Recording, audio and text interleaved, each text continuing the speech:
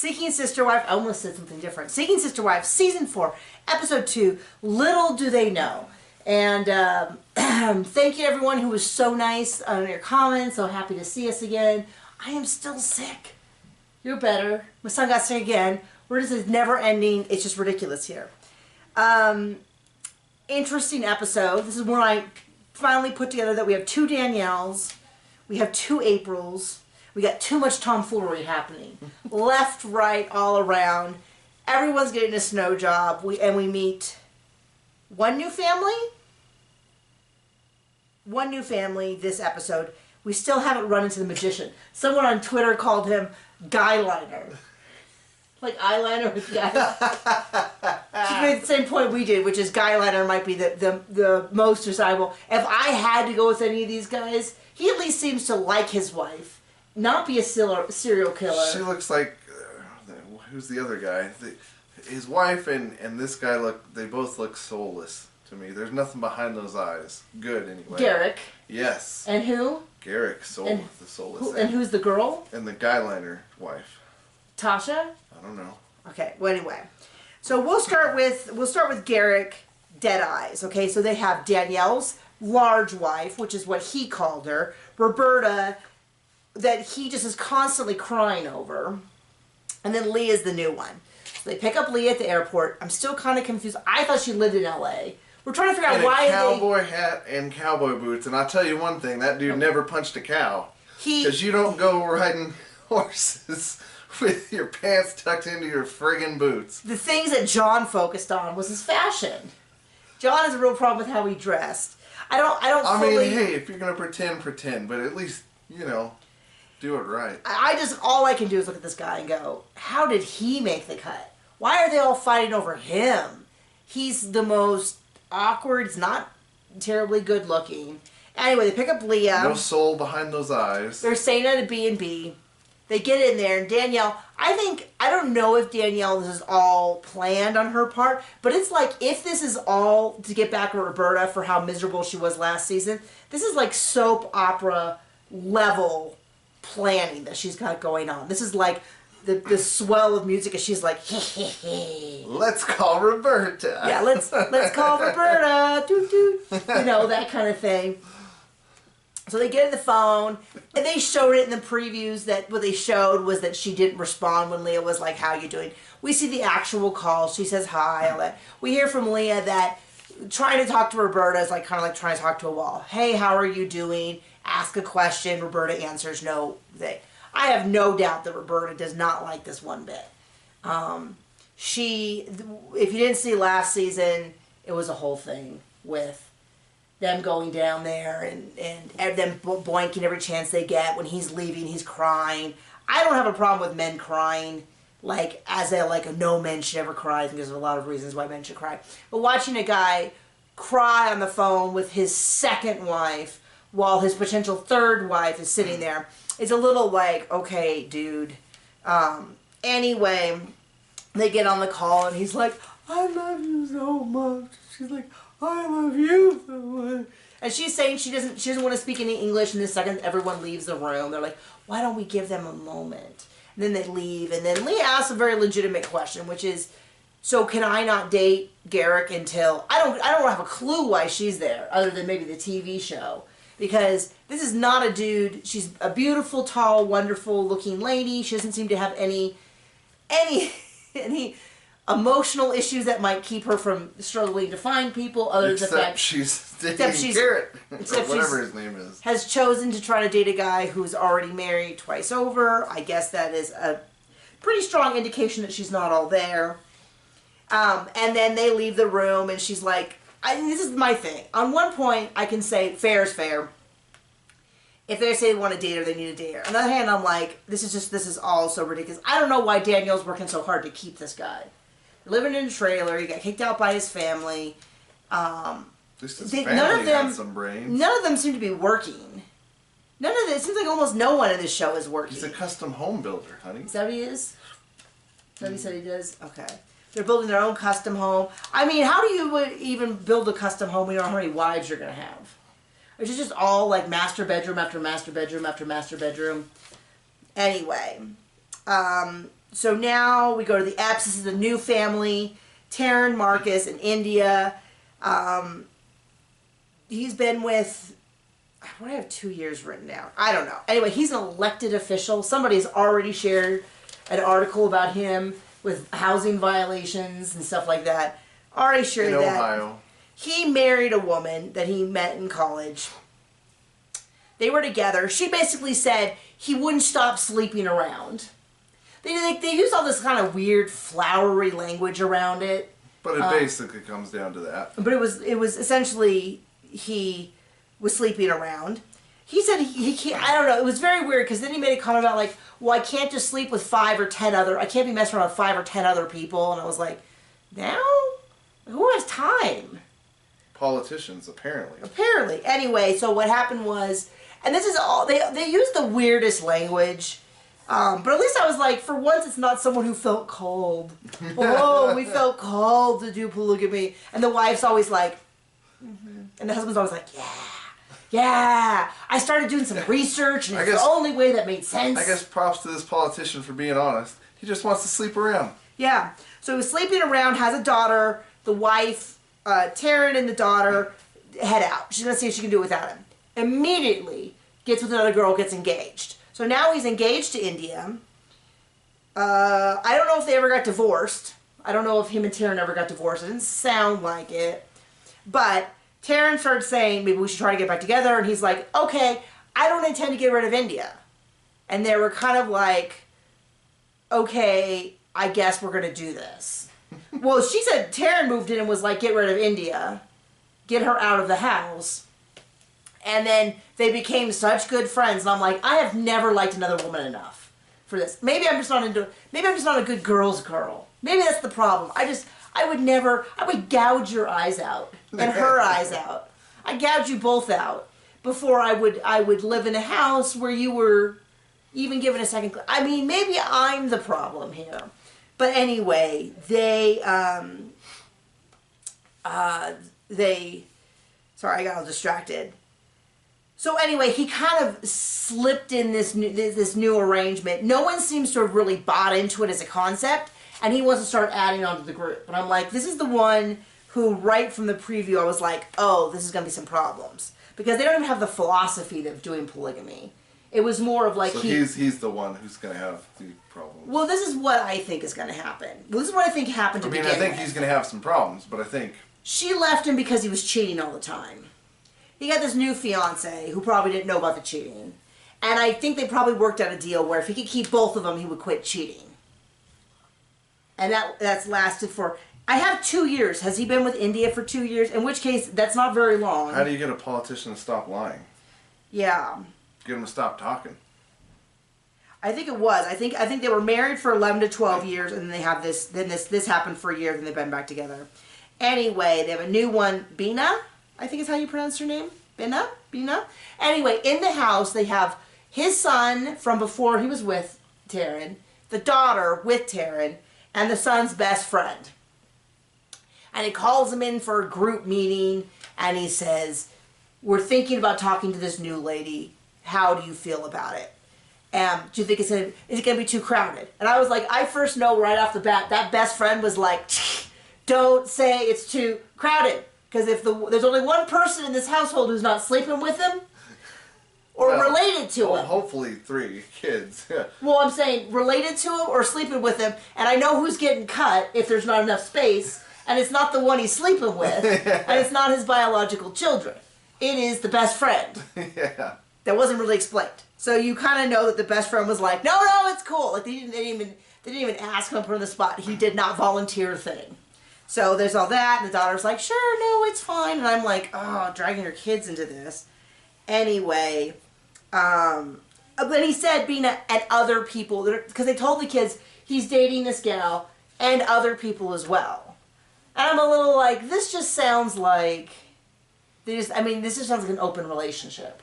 They said the quiet part out loud. What? That's just a mess? Yeah. Oh, can you unlock my phone? Anyway, Sean. So, this one I think has the highest potential, to me, to be good TV. Of going completely off the rails. Because first of all, I'm having a hard time telling the two wives apart because when they show the picture of them, they have the same exact hairstyle, and I have a little bit of face blindness, and so I'm a little bit.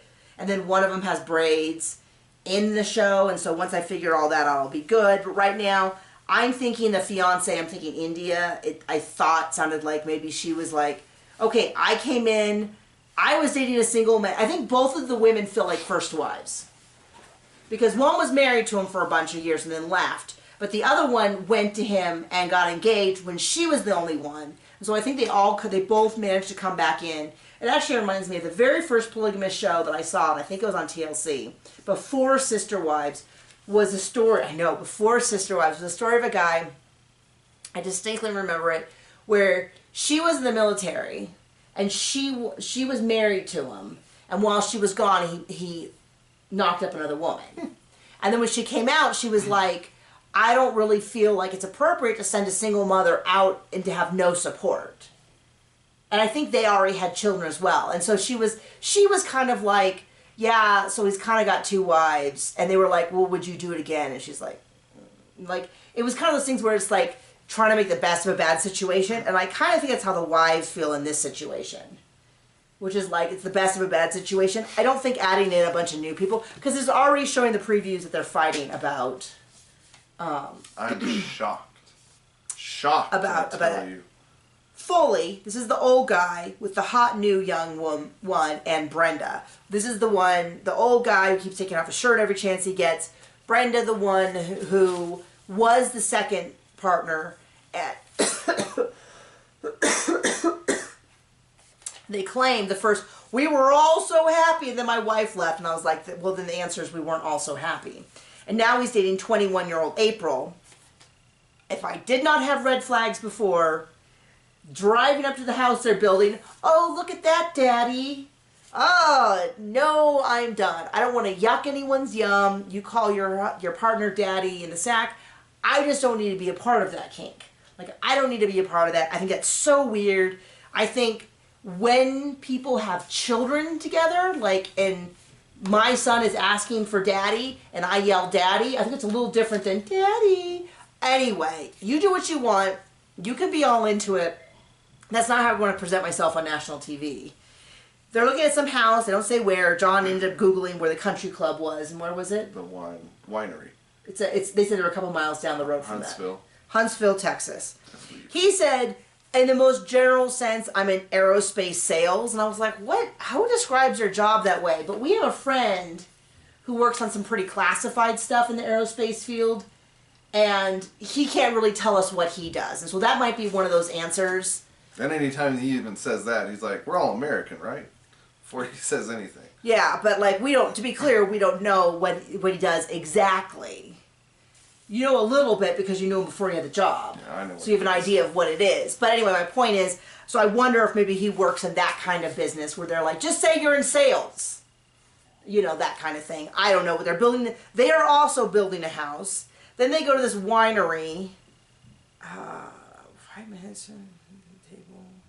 What is that? What did I write?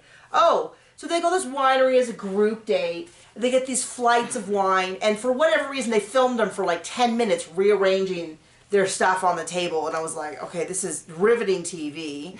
He admits he's already had sex with April. Then turned around and said that we've not really spent much one-on-one time together other than an hour here or there. And I'm like, oh, how romantic. So it's just like, excuse me, we're going to step out for about, 8 minutes. No, that's, I didn't say 8 minutes. I said 2 hours. 2 hours of hot and bridled lovemaking. No, so I'm like, okay, whatever. They're all drinking. She drops cheese in the wine. They're all giggling. They're all, I guess, drunk or whatever. Then they're like, well, we're going to get up in the middle and go for a walk. And that really bothered you. Who gets up in the middle of a meal and go walk? Right? Who does that? I guess when you have a full... Same people that put cowboy boots on and tuck their jeans into it. I'm sorry, John. I know it's really upsetting for you. Most heartbreaking moment, though. Not heartbreaking, but I always see... So they show you the previews, and then I watch the whole season through the lens of those previews. When he made the comment that he loves both of them, but his allegiance goes to protecting April, which is the new girlfriend that he is. The new kid he's dating? kid, literally, they were asking him about how he felt about April, and he said that he loved her, and they had this, like, tight, close-up look on Brenda, and she's like she looked like somebody, I don't know, put a gun to her back, or, like, gave her a shot, and she was trying not to react. She just visibly flinched, and just looked miserable, while trying to look like this wasn't a problem. And I'm like, that right there... it's always, and this is what makes me mad. If, like, somehow they were like, yeah, you can have another wife, she's going to learn to deal with his jealousy, and we're going to cut off your foot. Like, then you both are working through something. But it's always like, you're going to have to deal with your jealousy. And you as the man, I don't know what you're giving up. Oh, I really love my wife. Okay, well then just spend time with her. Well, it's going to be a lot of work. For you? It's going to be a lot of work for you? No, it's not going to be work for you. Yeah, let's just cut off a toe for every woman he sleeps with that isn't his wife. Like, let's get something to balance out the ratio. Something to make this like a really fair thing where she's learning how to deal with... That's why I'm like, if this was just open, where she had other partners and he had other partners, I couldn't be in that relationship. John? Could you? No. Okay, that was a really long pause. I couldn't be in that relationship. But at least then it seems like everyone's working through all of their emotions together. I don't know why you want to do that, but I respect that people do. That's their decision. Blah, blah, blah. But it kind of seems like when it's just this setup, where it's just him boinking everyone, and it's, then it seems a little bit like, and what is she getting out of this? Well, she's getting a friend. Time and time again, let me remind you, you can have friends that aren't boffing your husband. I don't have to worry about my friends. I can work through jealousy in other ways. I have professional jealousy to work through. I have all sorts of areas of jealousy that don't involve his with someone else's. In it, around it, by it, near it. Bumping uglies. Anyway, so that was, and then they go out, and one of them's cold. He gives her her jacket, and he's kind of like, okay, why don't you go inside and wait for us? And then they walk, and they, do this, and then they have to do awkward. It would be an awkward date on any show, let alone the whole, like, they're with his wife or his partner. I don't know if she's legally married. He probably wouldn't make that mistake again. Anyway, but we know he's already had sex with April. And he said he loved her. And we know that pretty soon Brenda's, like, on the way out. Like, it sounds like what it is like you bring in the new person. If the first person's unhappy, they can get out. We'll just add on to the pile. And it'll just it sounds like he's just going to keep doing that. Just moving one in, the way you do clothes. You bring in new clothes, you get rid of the old stuff you don't want anymore. And you just recycle it. Maybe you keep a piece you really like, but otherwise it's always better to have new stuff. Right? Sure. So then we have the Davises. This is the one with Nick, who does not seem that interesting, who's a stay-at-home dad to a 15-year-old, while everybody else works, April and Jennifer. But he's got his research. His research. And brand new Danielle, who's 22. They're on this date. He talks at her for about 5 minutes at the opening of the episode, and she just keeps going, yeah. I'm like, oh, well, isn't this an interesting conversation? Yeah. And then they cut to the wives at home, who are just talking about, going on and on and on about, I don't know, how great this is. Like, they had to work so hard to convince us. I don't have to work hard to convince anyone that being married to John is great. We get along. Also, we don't care what you think. I know, too. But, like, I don't have to, first of all, we don't really care if you believe, no one else needs to like my marriage. Just us. But the point is that people go, oh, it looks like, he does this, you do that. Okay, it seems pretty balanced. If you just spend the entire of a 30-minute monologue talking about how great the system is, but never actually describe anything like, I don't know, anything he does. No. I don't know if it's that great of a system. So they're out on a date. She seems to just, I don't understand. John, you swipe up. I don't know how to do that. Please, just take care of it. Sorry, people. Nobody cares. Sorry. John. Okay, I take back everything I said about this being a good marriage. Take it all back. You can judge the marriage all you want. He's useless. Useless to me, I tell ya. Anyway, they keep trying to convince us, and he's like, here's a hamburger and fries. Do you want to come back to my place with my 2 wives? Did he say back to my bedroom? Did he specifically say that? But she's like all hot to trot. And I'm like, man, times are tough out there. Let me tell you. If I was single, would I be excited to just couldn't wait to get to that date where I could go home and have sex with a jobless man with 2 wives already? Is that what my future, if I ever lose you? Is that the best I have out there? Anyway, so that's that. Something about Danielle isn't wasting his time. Remember when they said that? We just want to make sure to know that Danielle's not wasting his time. Wasting his time? He's got nothing but time. What is he drawing him away from? That research to do. That research? She's got to go read the Wikipedia article on light and then recite it to his wives that night while they cook him dinner as they come home from their grueling job. I would feel bad if Danielle was wasting his time. Could you imagine this valuable time that he has? And she's just frittering it away. So anyway, they come home, they say hi to everyone, and they go to the bedroom. And it's just like, now that's the thing. Is he going to have sex with her on their bed that they all share? Because they all sleep in the bed together. Secondly, where are you going to put her? Is she going to, remember the episode of The Office where we find out that Michael sleeps on the little bench at the bottom of the bed? Is she going to sleep on the little bench at the foot of the bed? She's going to sleep at the, she's going to sleep diagonal, like just directly across them? Does she not going to sleep in the bed?